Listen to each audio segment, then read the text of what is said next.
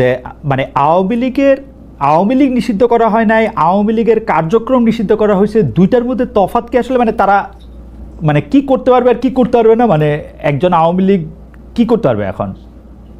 মানে আমার একটা আন্ডারস্ট্যান্ডিং হচ্ছে আওয়ামী লীগ নিষিদ্ধ, তা আপনি বলতেছেন না দুইটার মধ্যে একটু তফাৎ আছে, তফাৎটা কি আসলে? দেখেন, নিষিদ্ধ তো আমাদেরও করা হয়েছিল, তাই না? এবং একবার না, আমাদের এই সংগঠনের জন্মের পরে দফায় দফায় আমাদেরকে নিষিদ্ধ করা হয়েছে। নিষিদ্ধ যখন কোনো সংগঠনকে করা হয়, তখন এই সংগঠনের ব্যক্তিরাও বিভিন্ন ধরনের সমস্যায় পড়ে যান, এর সাথে রিলেটেড ব্যক্তিরা। এমনকি তাদের স্বাভাবিক জীবনযাত্রাটাও তাদের পক্ষে চালায় নেওয়া সম্ভব হয়। তারা যদি সমাজের কোনো ক্রিমিনাল ব্যক্তি নাও হয়ে থাকেন, তবুও তাদের উপরে সমস্যা আরোপ হয়েছে। কিন্তু যখন কার্যক্রম নিষিদ্ধ থাকবে, তখন ওই পলিটিক্যাল কার্যক্রম গুলা ছাড়া বাকি জীবনের সবই তো তারা করতে পারবে, করছে তো। আচ্ছা, তারা তো এই দেশ ছেড়ে সবাই তো আর চলে যাননি, সবাইকে জেলেও ঢুকানো হয়নি। এইটা একটু পরিষ্কার হয়েছে। জনাব যুদ্ধাপরাধের মামলায় জামাত নেতা এটিএম আজহারুল ইসলাম খালাস পাওয়ার পর আপনি একটি সংবাদ সম্মেলনে বলেছেন, জামায়াতে ইসলামী বা তার কোনো নেতাকর্মীর মাধ্যমে কেউ ক্ষতিগ্রস্ত হয়ে থাকলে তার কাছে নিঃশর্ত ক্ষমা চাই। এই ক্ষমা প্রার্থনায় কি ৭১ মুক্তিযুদ্ধের সময়টাও আছে কিনা সেটা সেদিন আপনি স্পষ্ট করেননি, আজকে এটা স্পষ্ট করবেন? মানে আপনি, অনেকেই প্রশ্ন করছেন যে জামায়াতের মাননীয় আমির ক্ষমা কিসের জন্য চাইলেন? মানে ৪৭-এর পর থেকে শুরু করে আজকে পর্যন্ত, শুধু ৭১ না, ৪৭-এর পর থেকে শুরু করে আজকে পর্যন্ত আমাদের দ্বারা যত মানুষ যত জায়গায় কষ্ট পেয়েছে, কেউ যদি ক্ষতিগ্রস্ত হয়ে থাকে, সেই মানুষগুলো, তাদের সকলের কাছে আমি বিনা শর্তে ক্ষমা চেয়েছি। কেন ক্ষমা চেয়েছি? আমরা মানুষ, ইন্ডিভিজুয়াল মানুষ যেমন ভুল করতে পারে, মানুষের সমষ্টি একটা দলেরও বিভিন্ন ভুল সিদ্ধান্ত থাকতে পারে। কোনটা ভুল কোনটা সঠিক ইতিহাস এটা নির্ধারণ করবে। আজকে যেটাকে ভুল বলা হচ্ছে, কালকে এটাই হয়তো সবচেয়ে বড় সঠিক হিসাবে প্রমাণিত হবে। আর ইতিহাসের পালাবদলে রাজনীতিতে সবাই জিতে না, কেউ জিতে কেউ হারে।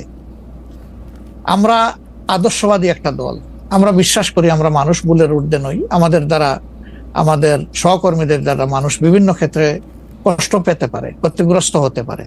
আমি সব কিছুর জন্য কোনো শর্ত আরোপ না করেই মাপ চেয়েছি। ওকে, মানে ৪৭ এবং মাপ চাওয়ার মধ্যে কোনো পরাজয় নাই, অবশ্যই নাই। ৪৭ থেকে আজ পর্যন্ত যে কোনো কিছুর জন্য মানুষ আপনাদের কাছ থেকে যদি কোনো ধরনের আঘাত পেয়ে থাকে, তার জন্য আপনি দুঃখ প্রকাশ করেছেন বা ক্ষমা চেয়েছেন। এর ভিতরে সব ঢুকে গেছে, কোনো কিছু বাদ নাই। ওকে, এভরিথিং ইনক্লুডেড। আচ্ছা, এবং এটা আনকন্ডিশনাল, মানে অ্যাপোলজি দিয়ে আনকন্ডিশনাল পার্ডন সিক করেছে। এইটা কি ডক্টর শফিকুর রহমান, আমি আসলে যেহেতু আপনার সঙ্গে আমার মানে নানা সময় কথা বলার সৌভাগ্য হয়েছে, মানে পর্দার বাইরে পর্দার ভিতরে, সেটা আমি জানি বলেই আমি আমার প্রশ্নটা করছি যে আপনি যে ৭১টাকে এই ৪৭ থেকে আজ পর্যন্ত একসাথে বললেন, এর কি কোনো বিশেষ কারণ আছে নাকি? মানে না, কোনো বিশেষ কারণ নাই। আমার মানবিক মূল্যবোধের জায়গা এবং আমার দায়িত্বের জায়গা থেকে আমি বলেছি, অনুভূতির জায়গা থেকে, দায়িত্ব এবং অনুভূতির জায়গা, বিশেষ কোনো কারণ।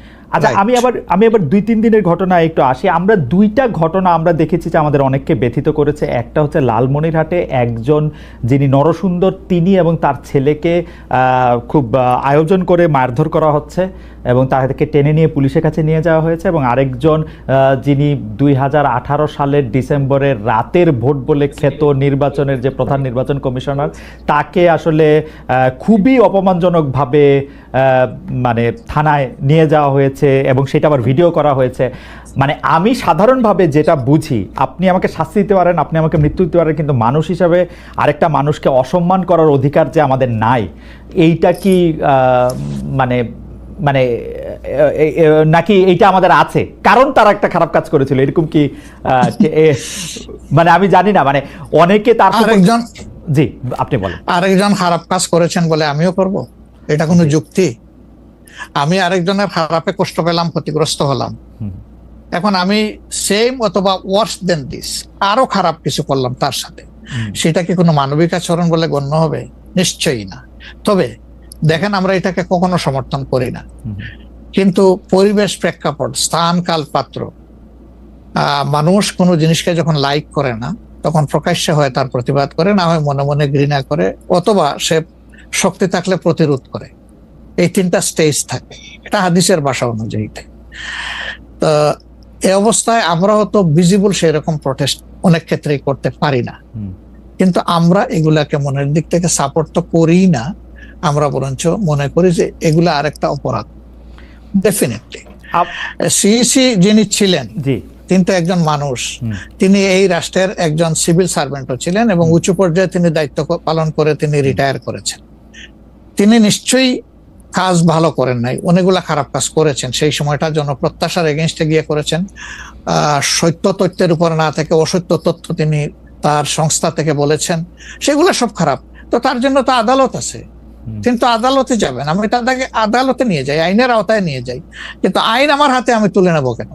এটা তো কোনো অবস্থায় আমরা সমর্থন করবো না। এই জন্য আপনার স্মরণ থাকার কথা, 5 তারিখ রাত্রেই আমরা ঘোষণা করেছি যে ব্যক্তিগতভাবে আমরা কারো উপর থেকে কোনো প্রতিশোধ নেব না এবং আমরা নেইনি। আমাদের 2-1টা ব্যতিক্রম ঘটনা ঘটেছে, আমরা তাদেরকে শাস্তি দিয়েছি, আমরা ছাড় দেই নাই কাউ। আমাদের এই ঘটনাগুলো র্যান্ডম না, ব্যাপক না, 2-1টা বিচ্ছিন্ন ঘটনা, আমরা কাউকে ছাড় দেই। আমরা যেহেতু আপনার সময় কম, আমরা দ্রুত একটা বিষয় থেকে আরেকটা বিষয়ে যেতে হচ্ছে। সম্প্রতি আপনি একটি ভাষণে বলেছেন, আমি এখানে ছোট্ট একটু অ্যাড করতে চাই। এই যে মব, যেটাকে এখন মব বলা হচ্ছে, এর চাইতে কিন্তু আরো নিকৃষ্ট মব কিন্তু গত 15.5 বছর মানুষ প্রত্যক্ষ করেছে। ইভেন আপনাদের সাংবাদিকদের সাথে হয়েছে, আরো অনেকের সাথে, পলিটিশিয়ানদের সাথে তো এগুলা কোনো ডাল ভাত, কোনো ব্যাপারই ছিল না। সিভিল সোসাইটির মানুষের সাথে, শিক্ষকদের সাথে, কিন্তু ওইগুলা দিয়ে আমরা এটাকে জাস্টিফাই করতে চাই। হয়েছে বলেই আমরা সবাই মিলেই কিন্তু এগুলি প্রতিরোধ করেছি, প্রতিবাদ করেছি। আসলে যে যার জায়গা থেকে প্রচন্ড ভাবে প্রতিবাদ করেছে। আমার মনে আছে ডয়েচে ভেলেতে থাকতে আমি একবার শেখ হাসিনার নাম করে এতবার বলতেছিলাম যে কেন তিনি এটি করবেন, কেন তার এটি সমালোচনা করা যাবে না, এবং কেন তার এটা, মানে আমার মনে আছে যে মানে আমার সাংবাদিকতায় আমি কোনো সময় অ্যাক্টিভিজম করতে চাই না বা অ্যাক্টিভিজমের জায়গা থেকে, কিন্তু এইগুলির প্রতিবাদ আমরা সবাই মিলেই আসলে করেছিলাম, যে যার অবস্থান থেকে। রাজনীতিবিদরা এখনো আমাদেরকে করতে হবে, এখনো যদি আমরা সেই জায়গার মধ্যেই থাকি এবং কেউ কেউ আমরা এটা বলি যে তারা করেছে সেজন্য এটা ঠিক আছে, সেইটার ব্যাপারে আপনার কাছে বিচার দিতে চাইছি। প্রশ্নই ওঠে না, এটাকে সাপোর্ট করা যাবে না। আরেকজন অন্যায় করেছে তাই আমি আরেকটা অন্যায় করবো, এটা চলবে না। আর তাইলে আমরা ভালোর দিকে আগাবো কিভাবে? অ্যাবসলিউটলি আমরা তো আগাতে পারবো না। আপনি সম্প্রতি এক ভাষণে বলেছেন, আরেকটা প্রসঙ্গে যায়, যে সেই গণতন্ত্র হালাল যার মাধ্যমে আল্লাহর বিধান কায়েম করা যাবে, বুলেট নয় ব্যালটের মাধ্যমে যেতে হবে। এটা আপনি বলেছেন হাদিসের রেফারেন্স দিয়ে। আপনার এই বক্তব্যের প্রতিবাদ করেছেন মুফতি ডক্টর সাইয়েদ মোহাম্মদ এনায়েতুল্লাহ আব্বাসী সিদ্দিকী। রবিবার ফেসবুক এক পোস্টে দাবি করেছেন যে তিনি হাদিসের সুস্পষ্ট অপব্যাখ্যা করেছেন। আপনি এক লাইনে আবার একটু ব্যাখ্যা দিবেন কিনা? না, আমি হাদিসের দেই নাই।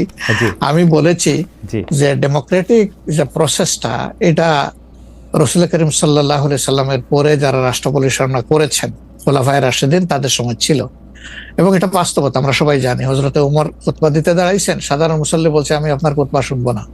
কেন শুনবেন না? ওই যে আমরা কুশাগার থেকে কাপড় পাইলাম, আমার কাপড়ে লম্বা জামা হইলো না, আপনারটাই লম্বা জামা হইলো কেমনে? এই তো সেম কাপড় দেখতেছি। তখন তিনি তার ছেলে আব্দুল্লাহ ইবনে ওমরকে বলেছিলেন, বাবা তুমি এবার জবাব দাও।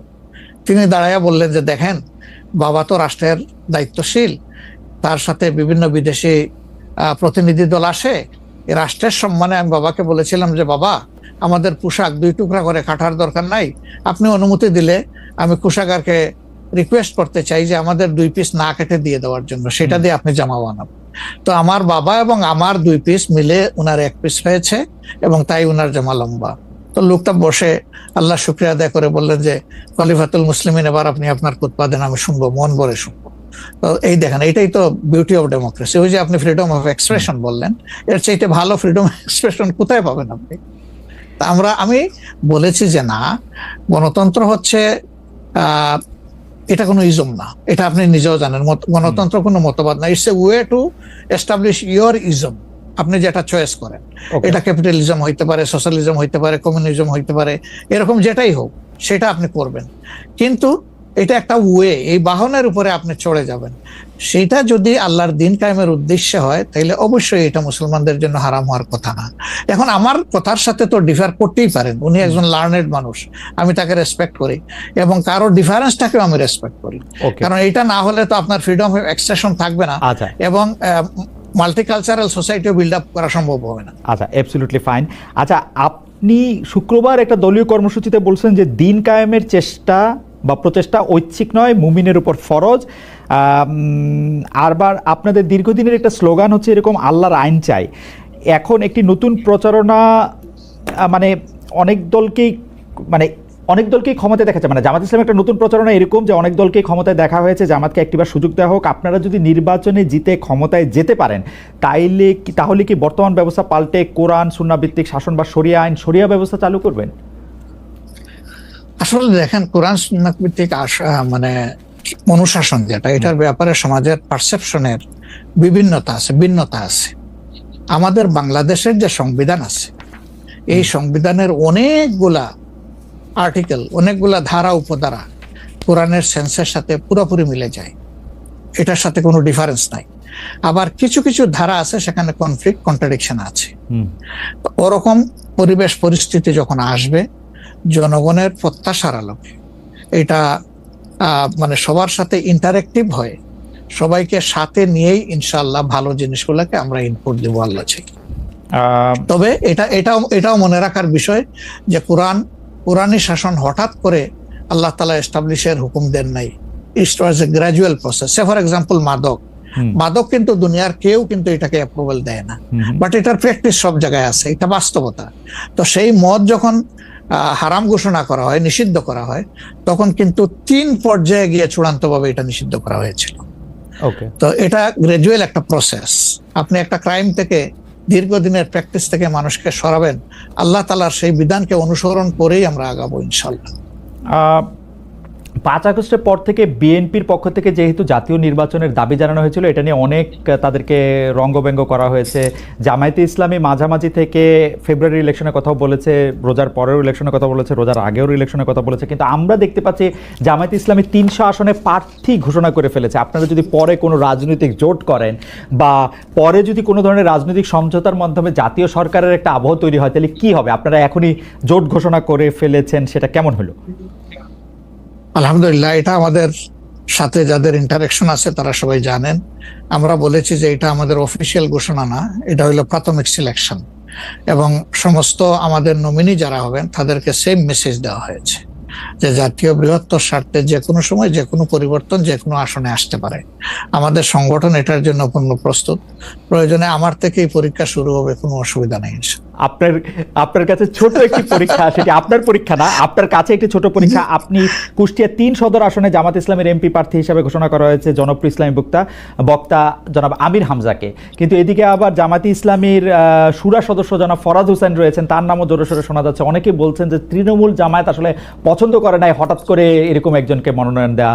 এই বিষয়টাকে আসলে আপনি কিভাবে দেখেন? শুধু জনপ্রিয়তার জন্য না, নট দ্যাট। আমরা যখন কোনো জায়গায় নমিনি সিলেকশন করি তখন 2টা জিনিস আমরা বিবেচনায় নেই।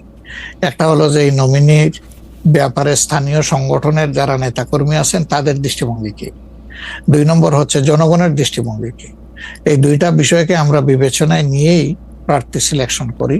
এবং এটা যেগুলো শুনতেছেন, অনেক সময় আমাদেরকে অতি ভালোবাসেন যারা, ওই যে আপনি একবার আমাকে জিজ্ঞেস করলেন যে আপনাদের ব্যাপারে এত বিরোধিতা করে কেন, আমি বলছিলাম যে তারা অত ভালোবাসে তো অনেক বেশি, এই জন্য আমাদেরকে নিয়ে কসলাইতে হবে। জনাব আমির হামজার বিরুদ্ধে যে দুটি বক্তব্য বেশি সামনে আসছে, তিনি একবার বলেছিলেন যে তার 14 গোষ্ঠী সবাই আওয়ামী লীগ করেন। 2 নম্বর হচ্ছে যে এই জুন মাসেও জনাব আমির হামজা নিজ এলাকায় মোটরসাইকেল শোডাউন করেছেন, যেই শোডাউনের রাজনীতি অ্যাপারেন্টলি আপনারা উৎসাহ দেন না, কিন্তু তাকে এটি করতে দেখা যাচ্ছে।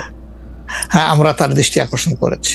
ওকে, আমরা এই ব্যাপারে দৃষ্টি আকর্ষণ করেছি যে পাবলিক ইনকনভিনিয়েন্স হয় এমন কোনো কাজ আমরা করব না, যত দূর সম্ভব এটা আমরা অ্যাভয়েড করে চলবো। আচ্ছা, আমরা আরেকটা প্রসঙ্গে আসি যে লন্ডনে ডক্টর মোহাম্মদ ইউনূস এবং জনাব তারেক রহমানের বৈঠকের পর যৌথ বিবৃতির প্রসঙ্গে জামায়াতে ইসলামী একটা শক্ত অবস্থান নিয়েছে। তারা বলেছে যে বৈঠককে তারা স্বাগত জানিয়েছেন, কিন্তু যৌথ বিবৃতিটা তারা পছন্দ করেন নাই। এই কারণে জাতীয় ঐক্যমত্য কমিশনে তাদের অংশগ্রহণও তারা একদিনের জন্য বয়কট করেছেন, মানে আপনারা বয়কট করেছেন। পরে আবার ডক্টর মোহাম্মদ ইউনূস আপনাকে ফোন করেন এবং সেই টেলিফোনের পরে আপনি ডক্টর মোহাম্মদ ইউনূস টেলিফোনে কি বলেছিলেন আপনাকে, সেটাকে আমাদের একটু বলা যাবে? না, উনি আসলে সেখানকার পরিবেশটাই তুলে ধরেছেন সামগ্রিকভাবে যে কেন উনি এটা করতে গেলেন। আমাদের কনসার্নের জায়গা ছিল যে তিনি নির্বাচনের একটা টাইমলাইন, ডেট না, একটা টাইমলাইন ঘোষণা করেছিলেন যে এটা ফার্স্ট হাফ অফ এপ্রিল কোনো একটা সময়ে নির্বাচন অনুষ্ঠিত হবে এবং নির্বাচন কমিশন সেই ব্যাপারে তারিখ নির্ধারণ করে তারা শিডিউল দেবে। এটা কিন্তু সবগুলা দলের সাথে সিরিজ অফ টকের পরে, উনি সরাসরি আলোচনার পরে এটা করেছিলেন। এরপরে তিনি লন্ডনে গিয়েছেন। তারেক রহমান সাহেব যেহেতু দেশে নেই এবং তিনি কার্যত বিএনপির এখন হইলেন নির্বাহী প্রধান, ভারপ্রাপ্ত চেয়ারম্যান, তো তার সাথে একটা বৈঠক হওয়াই উচিত, হইতেই পারে, এটা তো ভালো, এটা খারাপ কি? রাজনীতিতে ডায়ালগই তো উত্তম সমাধান। এবং বিএনপির কিছু কনসার্ন ছিল, তার সাথে আলোচনার মাধ্যমে সেটা যদি দূর হয় এটা তো ভালো, জাতীয় জীবনের জন্য ভালো, জাতীয় রাজনীতির জন্য ভালো। কিন্তু যেটা সকল দলের সাথে আলোচনা করে তিনি একটা টাইমলাইন দিলেন, শুধুমাত্র একটা দলের সাথে আলোচনা করে সেটা থেকে এইভাবে তার প্রকাশ্যে ঘোষণা দেওয়া, যদিও তিনি ডেফিনেটলি বলেন নাই যে রমজানের আগেই হবে, তিনি বলেছেন যদি এই জিনিস ফুলফিল করা যায় তাইলে সেটা আগেও চিন্তা করা যেতে পারে, কিন্তু সেটা ভালো হতো। আমাদের বক্তব্য হচ্ছে ভালো হতো দেশে এসে তিনি তাকে বলতেন যে আমি সম্মানের সাথে আপনার কথা শুনলাম, আমি মনে করি আপনার কথাগুলা লজিক্যাল, আমি দেশে গিয়ে আবার দলগুলোর সাথে একটু আলাপ করবো, করে এটাকে কিভাবে শেপ দেওয়া যায় আমি চিন্তা করবো, আপনি আমার উপর আস্থা রাখতে পারেন। That was good. কিন্তু এটা না করে সেখানে এটা ঘোষণা দেওয়াটাকে আমরা সঠিক মনে করি নাই। আমরা মনে করি যে ক্ষমতার ভারসাম্য একদিকে হেলে গিয়েছে এবং জাতি একটা রং মেসেজ পেয়েছে।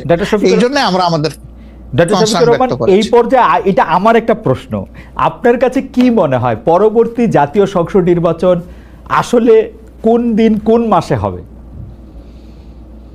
আমি ঠিক এটা জানি না, তবে আমি মনে করি যে এটা এপ্রিল পাড়ি দেবে না কোনো অবস্থায়। আর ফেব্রুয়ারিতে হলে আমি বলেছি সবার আগে, আপনি বলেছেন যে হ্যাঁ, যে ফেব্রুয়ারিতে হলে এটা বেস্ট, কারণ এই সিজনটা আমাদের জন্য কমফোর্টেবল সিজন ইলেকশনের জন্য। আপনার কাছে কি মনে হয় আপনার মনে কি এরকম একটা সম্ভাবনা আপনি দেখতে পান যে এটা রমজানের পরেও আসলে যেতে পারে? সেই ক্ষেত্রে রমজানের সময় আপনাদের ক্যাম্পেইন করতে হবে।